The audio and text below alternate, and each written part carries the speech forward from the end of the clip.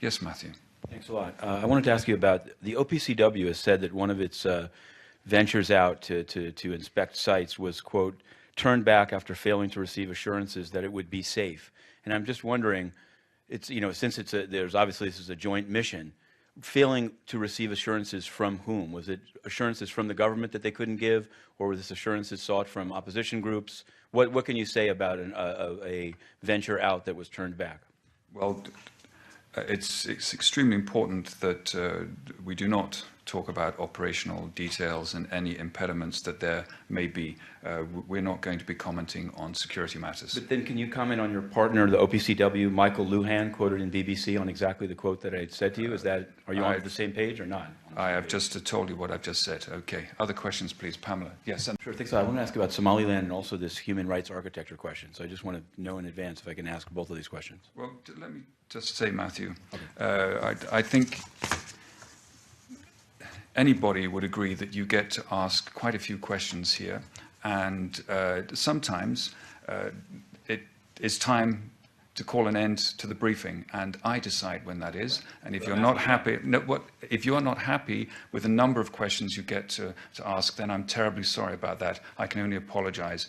I do my level best to take a number of questions, but I'm not going to stay here until the middle of the night answering your questions. I will take a number of questions, and today I've answered one already, and I'm happy to answer a couple more. Okay, thanks. I wanted to ask.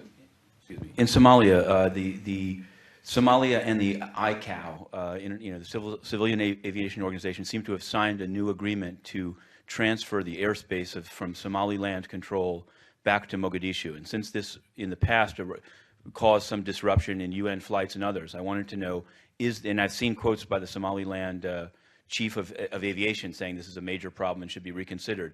What's the UN's thinking in making this transfer again? What's different now than was different in the past? Well, I think the Special Representative, Mr. Kay, has commented on this topic in the past, and we'll check with his office to see if there's any update on that. What was your other question, Matthew? Sure. I appreciate it. I wanted to ask, I'm trying to think of how to phrase it. A document has emerged in which the Office of the High Commissioner of Human Rights is proposing that the rule of law functions of the Secretariat, as well as the staffing of the Special Representatives on Children in Armed Conflict and R2P and Prevention of Genocide, all be merged together. And it's portrayed as a reaction to the UN's review of its own performance in Sri Lanka. So I wanted to know, what is the thinking in the Secretariat side of rule of law and human rights being deemed, inseparable and being merged in together, and whether the document seems to refer to a country in which the UN system is helping build prisons, but 98% of the prisoners in the prison system are there without, detained before trial and without charge. And so it's kind of critical of the UN's current human rights performance. So I wanted to know what you can say about this proposal, what the timing is, and is it in fact the UN's response or a UN response to its inaction or actions and inactions in Sri Lanka in 2009? Seems like you're a member of the Magic Circle, Matthew. You said that this document emerged.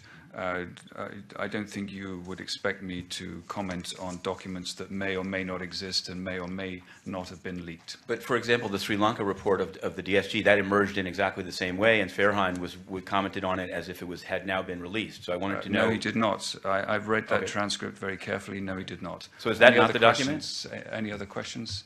Yeah, yes, Pamela. Yes.